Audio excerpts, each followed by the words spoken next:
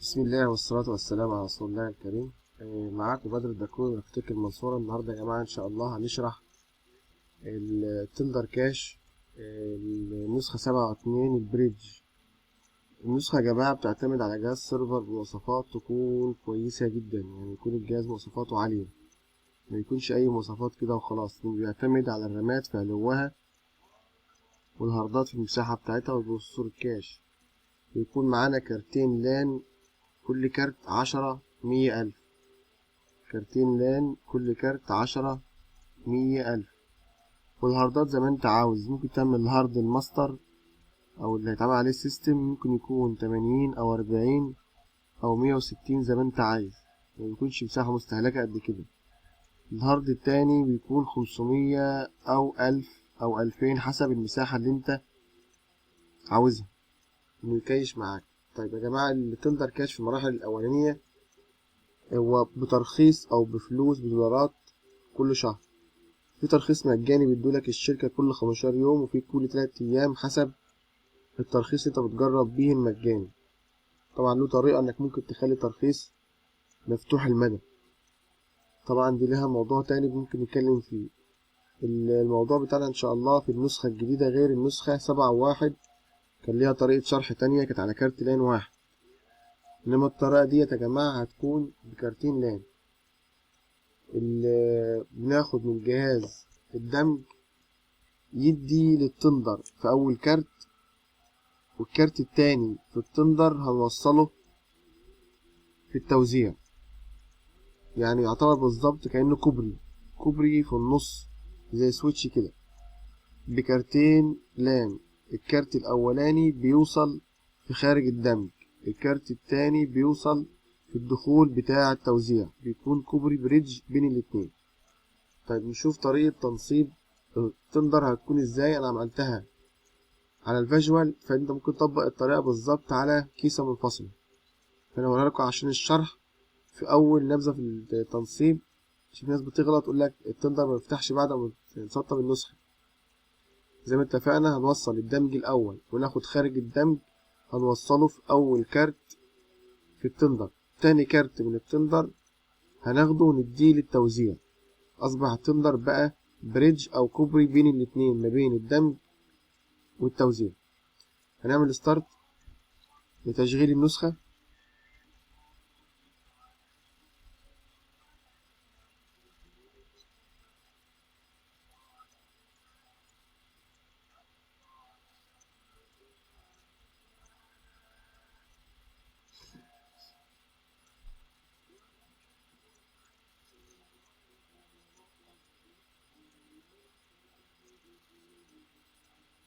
طب يا جماعة المرحلة دي كده خلاص، الاسطوانة موتت. هنيجي في عند المرحلة ديت بيقول لك انت مركب حاليا هاردين، مساحة كل هارد 50 جيجا حسب ما انت تركب الهاردات بتاعتك. بيقول لك ده الهارد الأول والهارد التاني، الهارد الأول EDA0 والهارد التاني EDA1 حسب ترتيب الهاردات اللي هتكون راكبة عندك. طيب هنا بيقول لك انت عاوز تنزل النسخة على الهارد الكام، فكل اللي بقوله له هختار EDA0 اللي هو الهارد الأول حسب المساحة اللي أنا عايز أنزلها عليها. لو كان الترتيب بتاع الهارد الأول 80 جيجا بختار الهارد اللي هو الأول هو الزيرو. لو كان ترتيبه التاني بختار اللي هو EDA1 حسب ترتيب مساحة الهارد اللي هتنزل عليه السيستم عامة إن شاء الله. بعد ما أكتب EDA0 وأدوس إنتر، هيقول لك هبتدي أمسح الداتا اللي على الهارد. قول له ماشي يس وإنتر.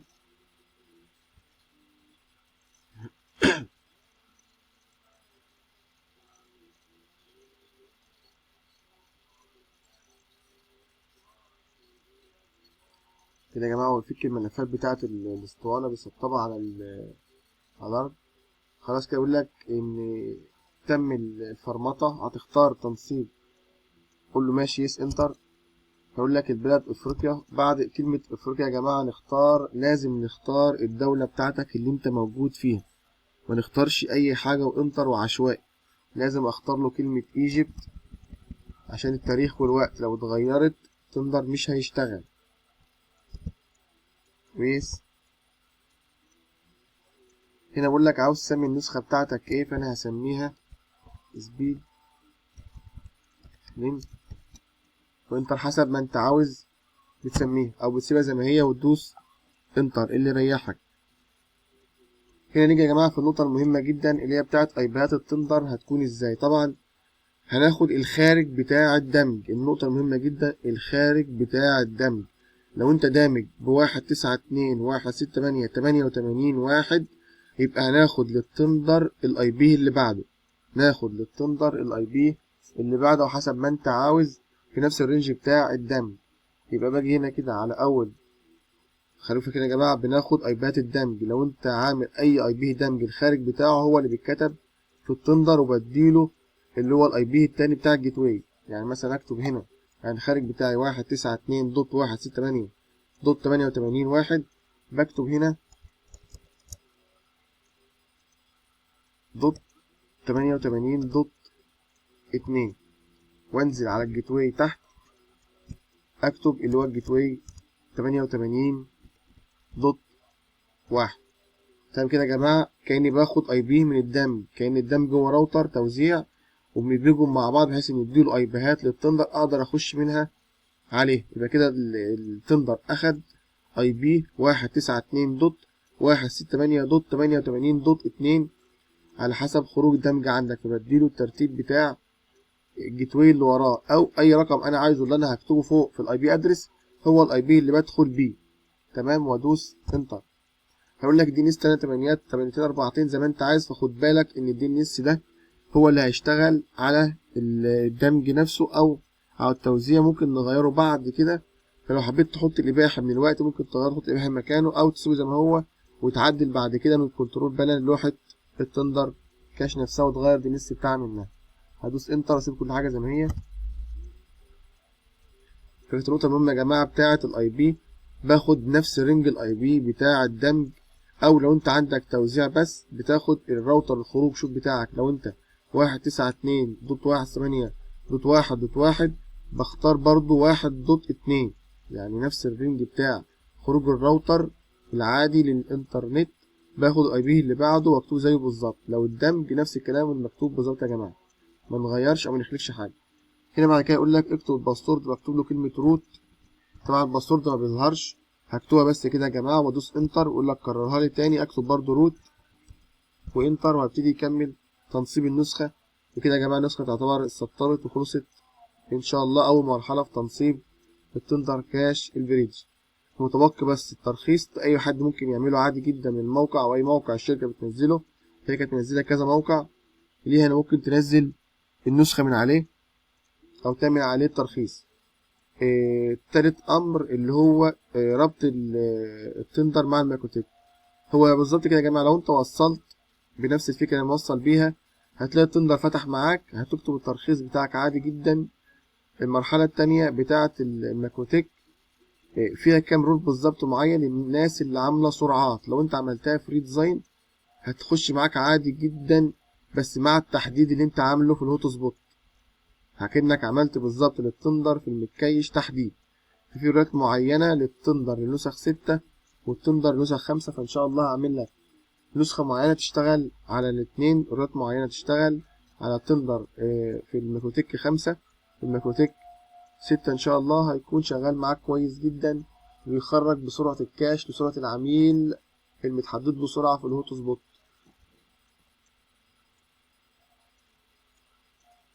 كده يا جماعة النسخة خلصت. متوقع بس انك تروح على المتصفح وهتشتغل معاك بإذن الله.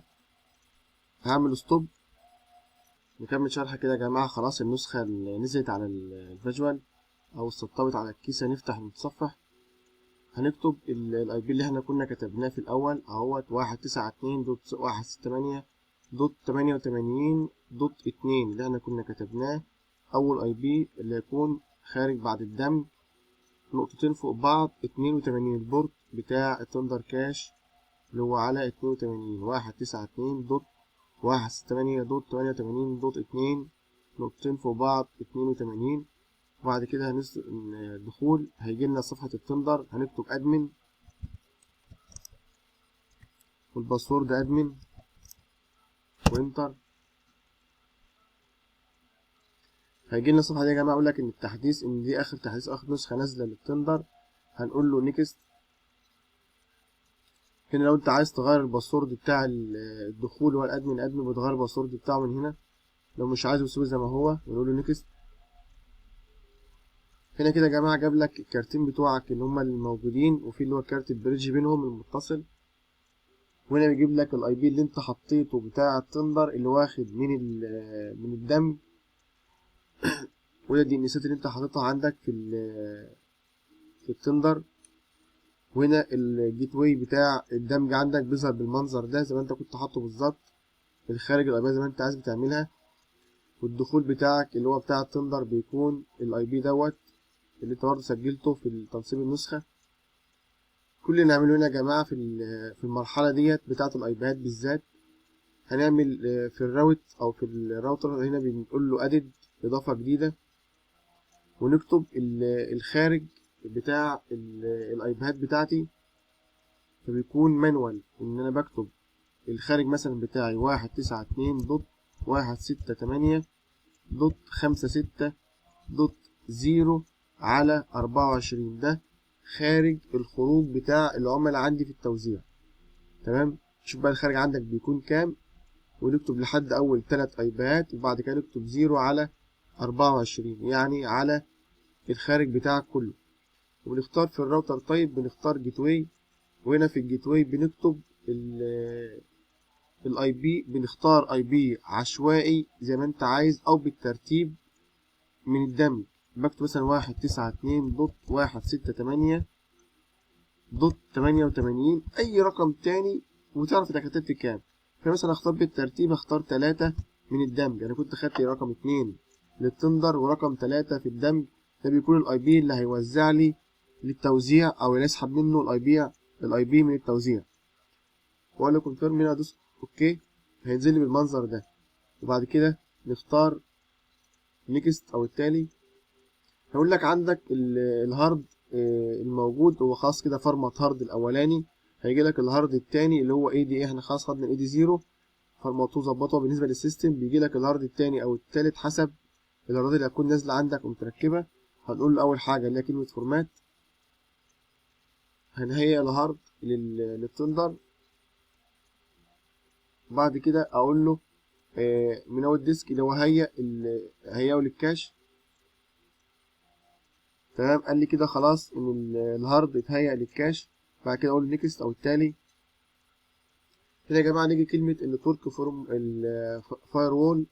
طبعا ان ديت انا بعمل اضافه في الفاير وول نتورك. بكتب نفس الخارج بتاعي اللي هو انا كنت ضفته خارج اللي هو التوزيع بتاع العملاء.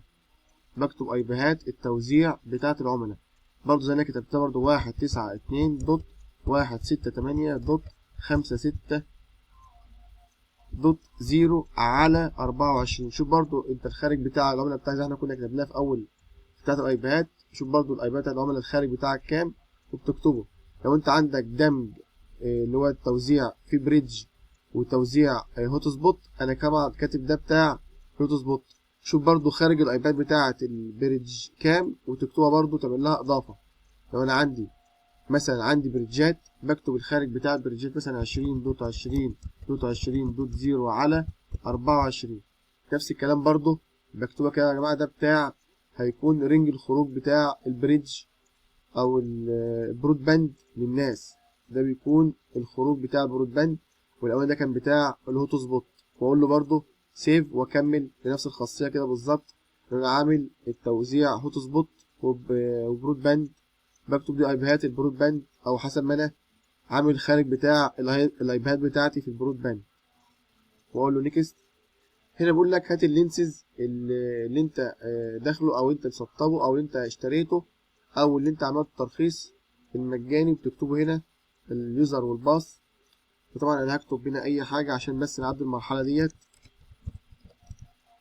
فانت طبعا بتعمل الترخيص في الموقع وتسجل بيه وسيف. ونقول لي خلاص اوكي. طبعا كده يا جماعه يعمل ابديت ونيكست، وهيطلب ريبوت للسيرفر ويرجع يخش معانا السيرفر تاني. كده يا جماعه ده اقول لك مبروك عليك، السيرفر خلاص كده تم اتعمل بعد تنصيب نسخه وعمل ريبوت. كده الهارد بقى جهاز مهيأ معاك للكاش. شكرا والسلام عليكم ورحمه الله وبركاته. في الجزء الثاني مع اضافه الرولات للماكروتك.